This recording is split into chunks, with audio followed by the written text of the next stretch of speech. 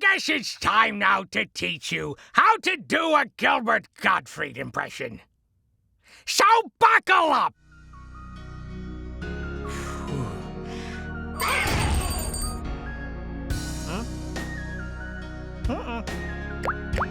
Alrighty, hey guys, welcome back to the channel. I actually had some other things that I was going to talk about, or other things I was going to cover, but due to the fact that there is a game that's going to be coming out not that long from now, and I'll probably be showing at least a segment of the trailer that I do at least the trailer voice for. It's called Rat Race. And they actually came to me and they wanted a Gilbert Gottfried impression. Now, I personally don't think that my Gilbert Gottfried is actually all that good, but apparently, and I gave them two options. So I gave them the Gilbert Gottfried, and then I gave them another voice that I thought might fit the character a little bit better. But it's their project, not mine. So they still wanted to go with the Gilbert Gottfried. And there were some people apparently who were confused as to whether or not it actually was Gilbert Gottfried. If you go to the trailer, look at the comments, and I still don't believe it. I think there's some trolling happening. But anyway, so yeah, I was going to teach you guys how I do my Gilbert Gottfried. But let's go ahead and roll a segment of the trailer, and link to the game will be in the description. I'm not being paid by them. They haven't asked me to advertise it, but I'm trying to get in the habit of advertising stuff that I've been in, because even though I've been in a lot of people don't know that I've been in a lot because I don't normally say it. I don't like to toot my own horn, and I don't like the braggadocious nature. There's too many people that I know that are like that, so go ahead and let's roll the clip. Hello, America! I'm Rodney Rat, and welcome to Rat Race!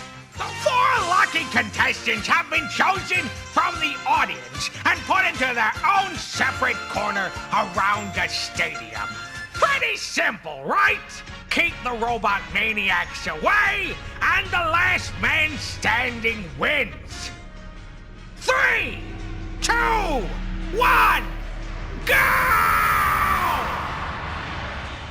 All right, so now I'm going to talk about Gilbert Gottfried. And yes, of course, there was going to be a timestamp, so they can skip that for those who are just wanting to know and need to go. Like I got 10 seconds. I got 10 seconds. I got to learn this impression now. But one thing I'm going to have to make sure to do is make sure to drink plenty of water. Keep your vocal cords lubricated, preferably room temperature water. And then I need to make sure that I'm watching the levels, because it's also going to be loud. So those are the first 2 things that you need to know. Is a Gilbert Gottfried impression is going to hurt your voice. It's going to hurt your throat.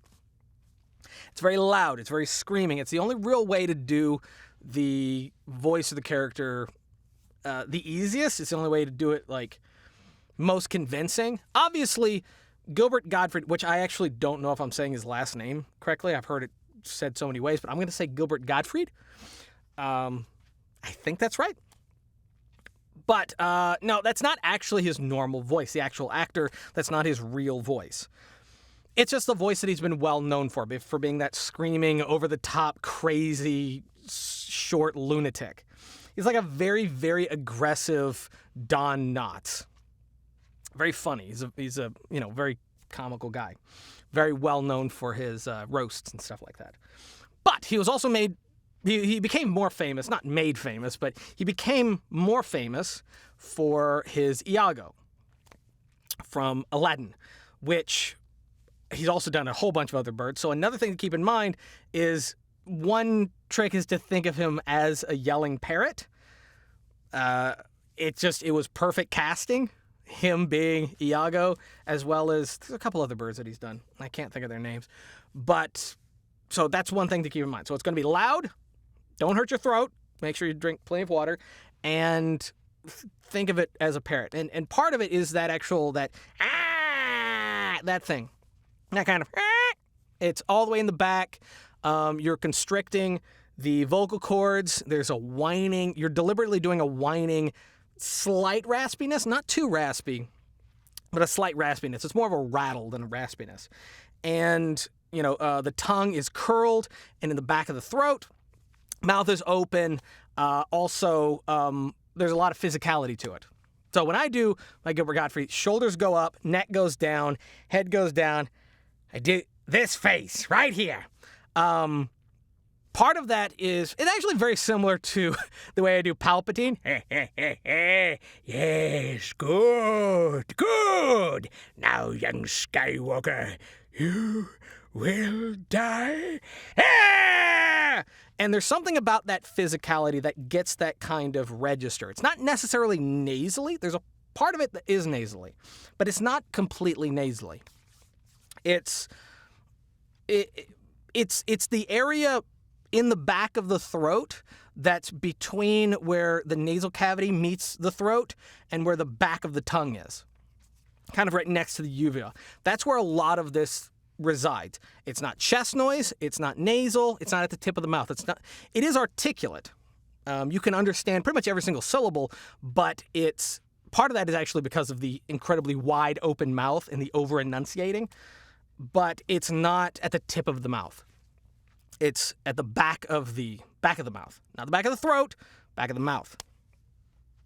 And so part of it is you're actually getting an even amount of nasal sound and open mouth because it's all just being forced out. Now, the physicality is actually to kind of restrict the vocal cords. Not to the point that you're not getting enough air. You need plenty of air to do this voice. But part of it is actually to give it that strained sound, that kind of like vocally constipated. Part of it is to just give it that kind of restriction. So you're not pinching blood flow. You're not restricting oxygen. All you're doing is kind of compressing and putting strain on the vocal cords, only the vocal cords. So another thing is also he doesn't really have he does have an accent, but it's not a very pronounced, he doesn't have a very strong New York accent. He doesn't have a southern drawl. He doesn't have this and that. I think there is a little bit of, not necessarily a New York kind of element to it, but there's a way of his certain syllables and vowels kind of sharp. And so it's going to be like, so obviously, when you do a Gilbert Gottfried, you're gonna go up and down quite a lot. You're gonna go very high, and you're gonna hold it there. Do not be afraid of waking your neighbors or your upstairs roommates, or any roommates in general. In fact, you should probably tell the police that there's gonna be a lot of screaming, and there is absolutely no murder going on. So it's very high. One thing that I do is I always go ramping into it, and then I slowly bring it down. Obviously! So it goes very quick, up very high, very quickly, and then it goes down. So obviously, you want to kind of settle down at the end, but then you want to bring it up high very quickly. He does have some bassiness, but it's not like a chest rumbliness. What it is because of the placement in the throat. As he goes down, it's not really bassiness, it's more of a burble. Is that a word? It's a rumbliness, not a bassiness, a rumbliness. Again, if you're someone who is wanting to do these kinds of characters, these kinds of voices, these kinds of impressions, because, again, one of the reasons that I do these kinds of videos, I don't do them too often because I don't want people to think that there's one way of doing a voice or one way of doing an impression. I did my Arnold Schwarzenegger, and there was I'm not going to name his name because even though I love the guy and I would totally, give him a shout out, but the comment that he left was kind of critiquing my Arnold Schwarzenegger, which I don't disagree with, but the idea is that there isn't one way of doing a voice. There isn't one way of doing an impression. There's more nuance and there's more specifics and a right way, I guess, of doing it when you're doing voice matching. When you're trying to copy someone's voice and doing an uncanny voice replacement. It's not an impression. An impression is just to give someone the idea and the feel and kind of an evocation of that voice. You want to remind them of them. So you normally tune in to very specific elements of a voice. That's what an impression is. So you're giving someone the idea of that voice by honing in on the most well-known characteristics. And obviously, Gilbert Gottfried is going to be the over-the-top screaming. But not all of Gilbert Gottfried, if you look at the actor and look at all of his work, is actually screaming. We just know him very well for his over-the-top screaming, especially as Iago.